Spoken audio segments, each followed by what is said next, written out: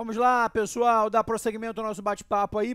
Como eu havia falado com vocês, voltando da questão do 22º exame. Então, pegue sua CLT, coloque do seu lado. Lembrando que hoje é dia de direito no trabalho comigo, então é dia de alegria, de comer um podrão, de comer uma torta de brigadeiro, de botar um Red Bull do lado, para quem gosta de refrigerante. Que é a aula da sua segunda fase, pessoal. Você precisa de um pouco de alegria, muito cansativo só estudar. E agora, nesse tempo que está faltando tempo para ir para academia, de fazer outras coisas, então é o projeto OAB Bola, você vai passar alguns quilinhos a mais, mas depois você emagrece, se preocupa não, o importante é passar uma coisa de cada vez. Vamos lá, pessoal, questão do 22º exame. Paulo e João foram eleitos dirigentes sindicais, ambos se candidataram na mesma data, sendo que o João estava em gozo de aviso prévio. Um mês após a eleição, ambos foram dispensados. Com base na hipótese apresentada, responda os itens a seguir. Paulo e João poderiam ser dispensados? Fundamente. Mais uma vez, galera, qual o instituto que está sendo abordado aqui? É sempre assim. Porque encontrando o instituto no índice, você encontra a resposta. Estamos tratando de garantia de emprego, de estabilidade, dirigente sindical. Você encontrava em D de dirigente sindical. Professor, mas eu não pensaria na minha cabeça. A primeira coisa que veio foi estabilidade, foi garantia. Essa é a sua missão, essa é a sua função aqui. Aprender os institutos que o examinador escolheu para cobrar na sua prova. O tema é garantia de emprego do dirigente sindical. Paulo e João eram dirigentes, sendo que um deles registrou a candidatura no curso do aviso prévio. Nós temos uma súmula, súmula 369, em seu item 5, que especificamente fala que registro de candidatura no curso do aviso prévio não gera garantia de emprego.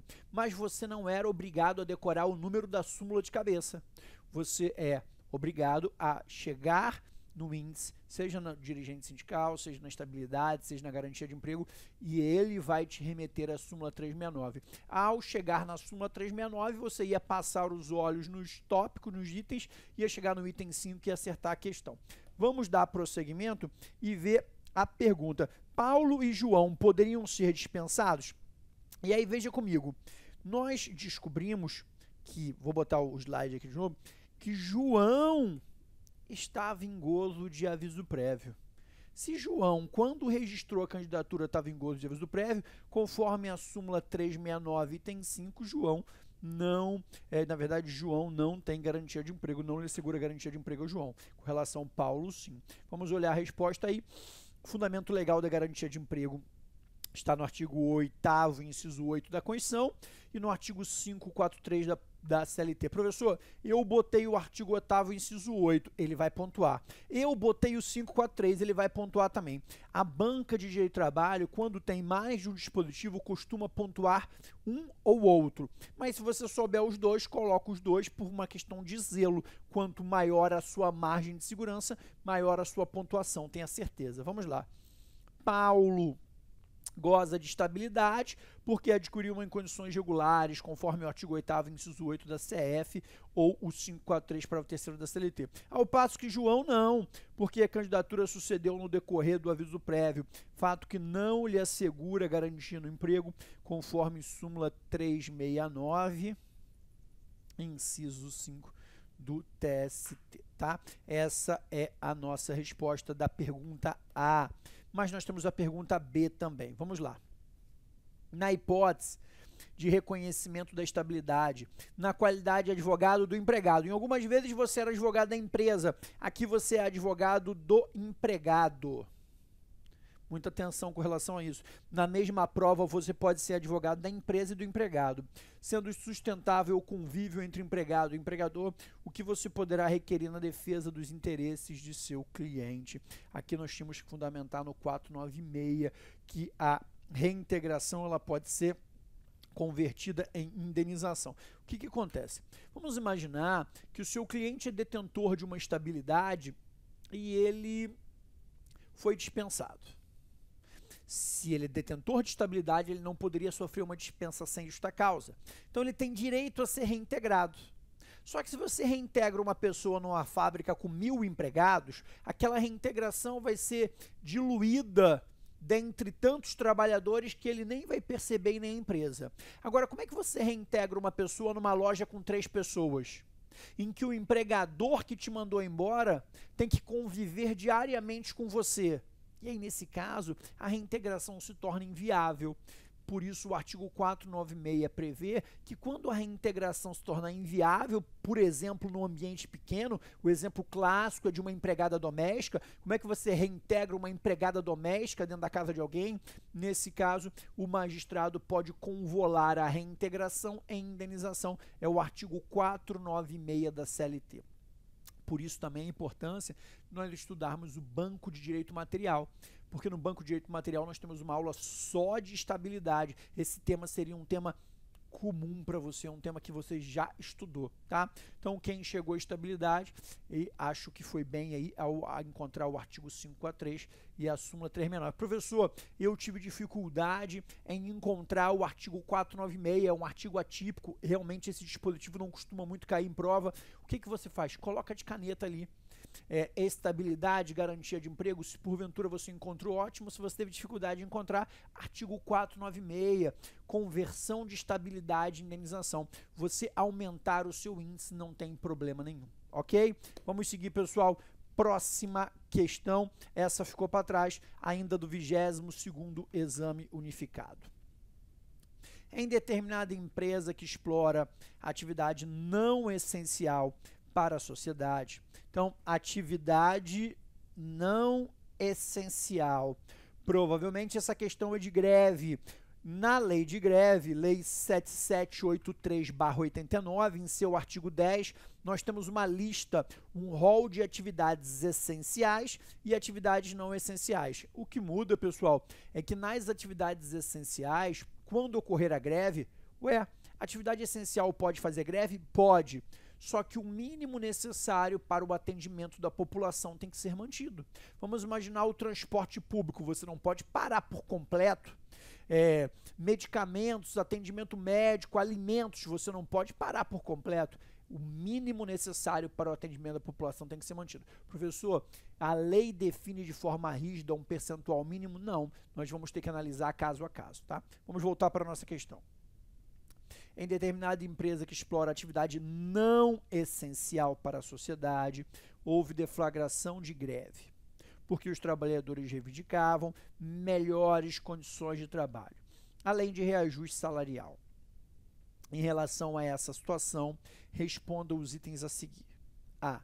Informe o que acontecerá de imediato com o pagamento dos salários dos empregados que aderiram à greve. Na verdade, o que ele quer saber de você aqui?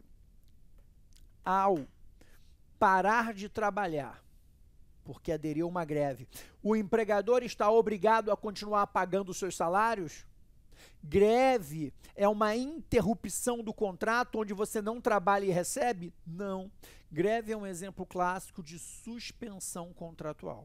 Professor, quer dizer que na greve o empregador para de pagar o salário? Se quiser, para. É muito comum você estar de greve e o empregador continuar pagando o salário, porque quer, porque ele não está obrigado. A greve é a maior pressão exercida pelos trabalhadores contra a empresa e você deve arcar com o ônus dessa atitude. Se a empresa fosse obrigada a pagar salário de grevista, você que gosta de curtir o carnaval, o verão, lá para dezembro você vem deflagrar uma greve e só aceita conversar depois do carnaval em março, porque o empregador seria obrigado a pagar salário do grevista. Greve é um direito constitucional da classe trabalhadora, é uma atitude legítima, mas você deve arcar com as consequências dessa paralisação. E o empregador não pode pagar salário se a loja está fechada, se a empresa está sem funcionar. Então, greve, de acordo com a própria letra da lei, artigo 7º, é uma hipótese de suspensão contratual. Suspensão contratual, ela paralisa todos os efeitos do contrato, os direitos e as obrigações.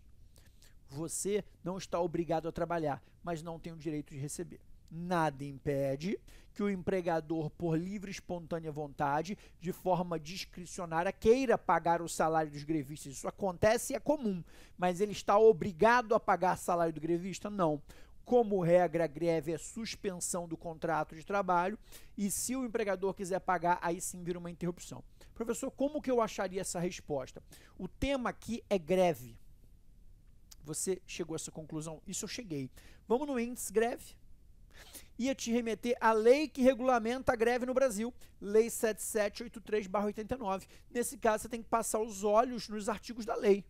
E aí você abriu, te remeteu à Lei 7783, você abriu a Lei 7783 e foi olhando. Quando você chegasse no artigo 7º da lei, estava lá escrito, greve suspende o contrato de trabalho. E você que já tinha estudado direito de trabalho, sabe que suspensão é sem salário, interrupção é com salário. Aqui você ia dizer que, no caso, os salários estão suspensos, tá? Olha a nossa resposta aí. Considerando a ocorrência de greve, os salários serão suspensos na forma do artigo 7º da Lei 7783/89. Tá? O importante aqui era você identificar que o tema é greve e chegando a essa conclusão, você ia ser remetido à Lei 7783/89, passava os olhos artigo por artigo e ia encontrar o artigo 7º. B. Se a paralisação fosse oriunda de lockout, informe o que aconteceria com o salário dos empregados. O que é o lockout? Lockout é a greve do empregador. O empregador pode fazer greve no Brasil? Não. Em outros países até que sim. Nos Estados Unidos, por exemplo, lockout é permitido. No Brasil, não. Greve é direito constitucional da classe trabalhadora. O empregador não pode promover uma paralisação, fechando suas portas, deixando o empregado sem receber salário. Se o empregador, porventura, vier a fazer isso, pessoal, ele é obrigado a pagar os salários do empregado, porque, de acordo com o artigo 17 da Lei 7783, a mesma lei de greve, em caso de lockout, o empregador é obrigado a pagar salários dos empregados, tá? Aqui, como a questão toda envolve greve, fato, você tinha que chegar à Lei 7783. Professor, se na minha prova caiu uma questão de greve, fácil. Você está estudando aqui comigo, você já sabe que greve é o Instituto Greve. Vai lá no índice, vai te remeter à Lei 7783, porque você não é obrigado a decorar isso de cabeça. A lei é pequena, tem 19 artigos. Passando o dedo aqui, ó, vamos imaginar que você demore 15 segundos para ler um artigo aqui, passando os olhos. Em 1 minuto, 2 minutos, você teria lido a lei toda e você acharia a resposta. Nesse caso, encontraria no artigo 17, tá? Olha a letra B. Resposta. A pergunta era, se a paralisação fosse oriunda de lockout, lockout é a paralisação do empregador, informe o que aconteceria com o salário dos empregados. Os salários continuariam sendo pagos normalmente na forma do artigo 722, quem fundamentou no 722, ok, ou quem fundamentou no artigo 17 da lei de greve também, nos dois casos você seria pontuado. Beleza? Vamos seguir, pessoal. Uma questão agora do 21º exame unificado. Vamos lá. Lucas é o nome do meu primo, não tenho como esquecer.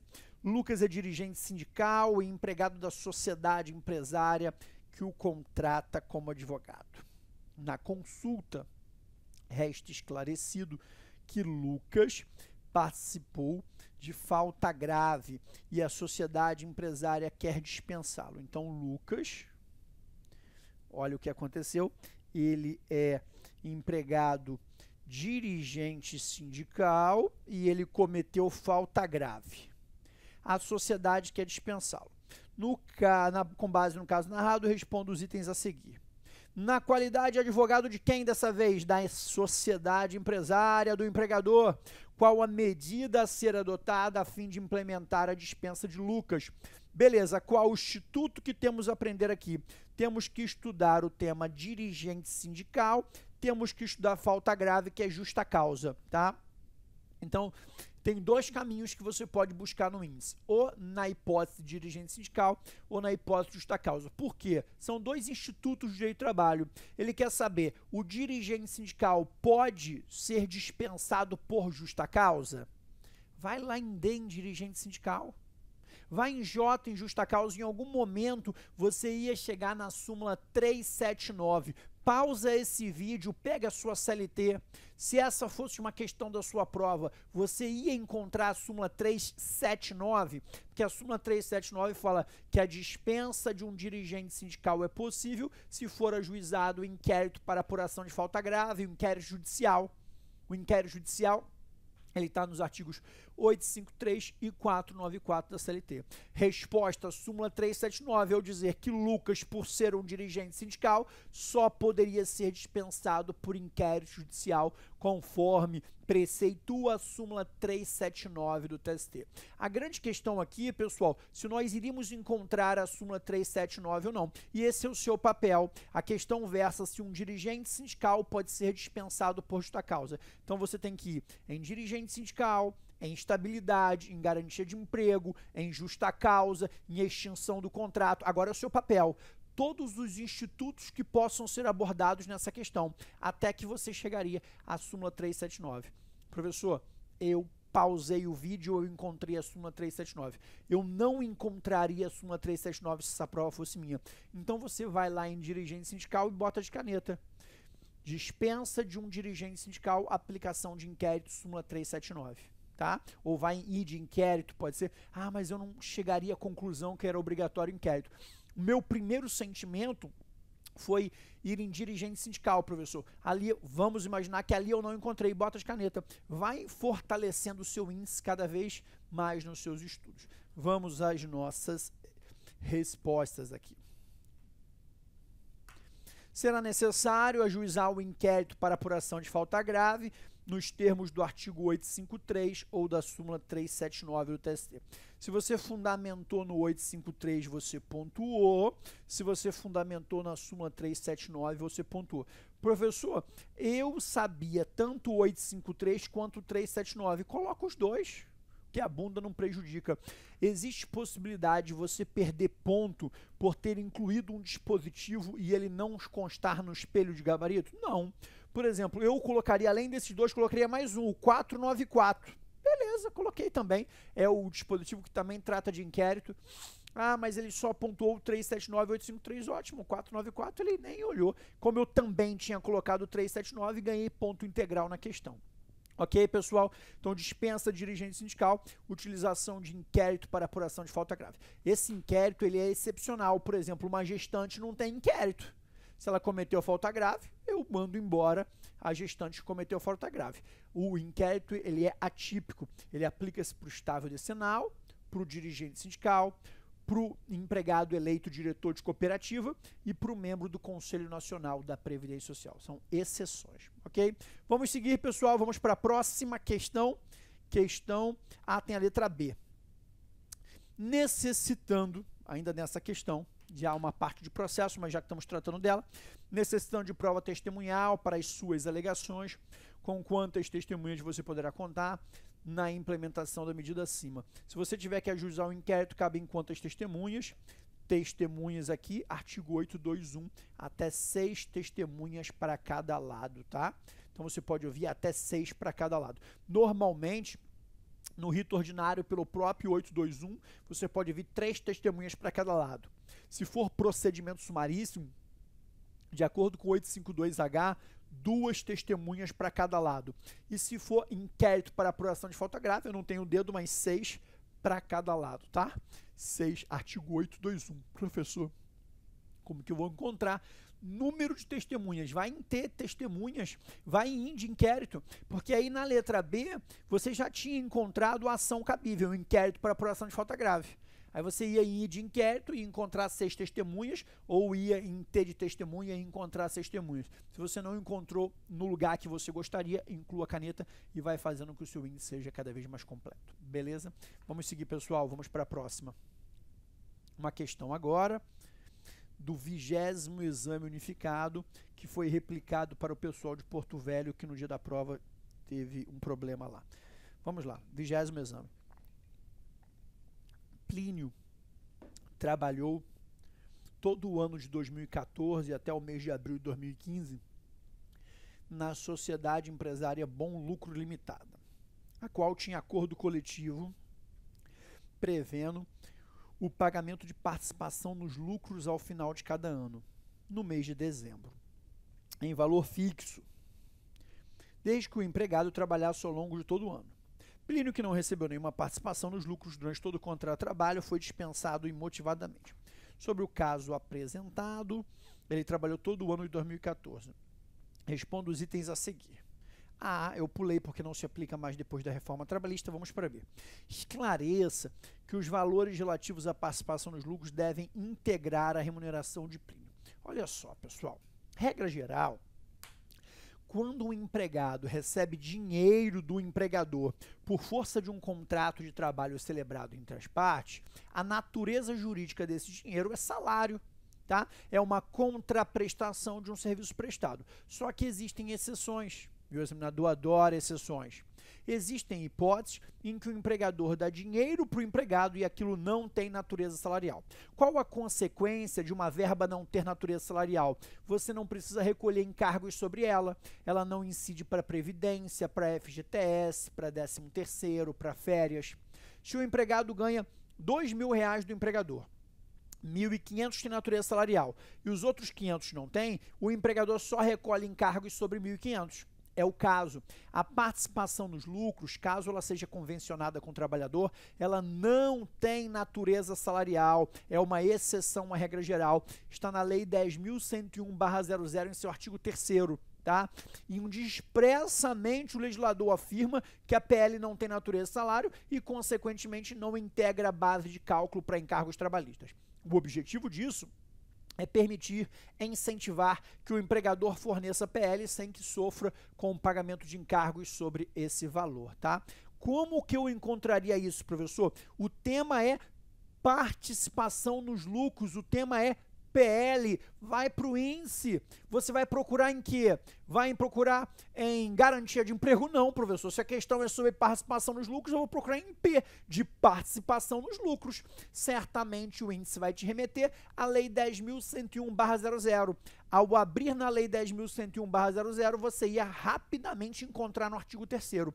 Chegando na lei, passe os olhos aqui. No caso da nossa CLT, ela é tão completa, tão precisa, que o índice já te remeteria ao artigo 3º para você ganhar tempo. Mas ainda que você não tivesse o artigo 3º aqui, chegando numa lei, passe os olhos nos artigos, logo no artigo 3º você encontrar a resposta, pessoal. Olha aí, não deverá haver qualquer integração. A participação dos trabalhadores nos lucros ou resultados da empresa não possui natureza salarial, nos termos do artigo 3º da Lei 10.101/00 e do artigo 7º, inciso 11 da CLT. PL não tem natureza salarial. Sobre esse tema, a reforma trabalhista, ela ampliou a gama de possibilidades em que o empregador fornece dinheiro ao empregado que não tem natureza salarial. Isso está no artigo 457, parágrafo 2º. O artigo 457, parágrafo 2º é leitura obrigatória, porque se você, por exemplo, tiver que contestar uma peça processual contestação, que é a minha predileta, é possível que o reclamante possa estar requerendo a integração de uma determinada verba no contrato, e essa verba seja uma diária, um abono, uma ajuda de custo, e conforme o artigo você ia contestar, alegando que o artigo 457, parágrafo 2º, prevê que diária não tem natureza salarial, prêmio não tem natureza salarial, abono não tem natureza salarial, ajuda de custo não tem natureza salarial, ticket de refeição não tem natureza salarial. Então é um ótimo dispositivo para ser utilizado em uma contestação, caso caia na sua prova. Leitura obrigatória, pausa o vídeo e passe os olhos aí no 457, parágrafo 2º, onde apontam as exceções de hipótese em que o empregador fornece dinheiro ao empregado e aquilo não tem natureza salarial. Ok? Beleza, pessoal, vamos para a próxima questão. Foi uma questão cobrada no 20º Exame Unificado Nacional agora. Um determinado empregado sofreu um acidente fora do local de trabalho. A questão deixa muito claro, ó, fora do local de trabalho. Isso muda tudo. Porque quando uma pessoa sofre um acidente no local de trabalho e fica afastada por mais de 15 dias, ela recebe um benefício previdenciário, o auxílio doença acidentário. Agora, se você sofre um acidente fora do local de trabalho, que é a questão de prova, e fica afastado por mais de 15 dias, você também recebe um benefício. Mas não é auxílio doença acidentário, é auxílio doença. Professor, nos dois casos, o senhor disse fica afastado por mais de 15 dias. Por que o senhor falou isso? Porque quando o afastamento é até 15 dias, você não recebe benefício previdenciário. É o próprio empregador que paga os dias em que você está afastado. Ok? Então, nesse caso, o acidente foi fora do local de trabalho. Isto é, afastamento por mais de 15 dias, auxílio-doença. E permaneceu afastado da empresa por 6 meses. Então, 6 meses, os 15 primeiros dias o empregador pagou salário, o restante ele recebeu um benefício previdenciário auxílio-doença. 3 meses após o seu retorno, então 9 meses depois, porque 6 meses ele ficou afastado, e 3 meses após o retorno, o empregado foi dispensado. E em razão disso, ajuizou reclamação trabalhista com pedido de reintegração, afirmando que sua garantia de emprego foi violada. Então, quais os institutos que nós estamos abordando aqui? Estamos abordando o tema garantia de emprego, estabilidade, auxílio-doença, de acordo com os dados apresentados e com a legislação em vigor. Respondo os itens a seguir. Informe que tese você contratado como advogado da empresa sustentaria contrariamente ao pedido de reintegração. Você agora é advogado de quem? Da empresa. Um determinado empregado da empresa estava afastado em auxílio-doença normal e 3 meses após o seu retorno foi dispensado. Pede reintegração sob a falsa alegação que é um detentor de garantia de emprego. Você, como advogado, vai informar o quê? Que ele não é detentor de garantia de emprego. Só tem garantia de emprego o trabalhador que ficou em gozo de auxílio doença acidentário.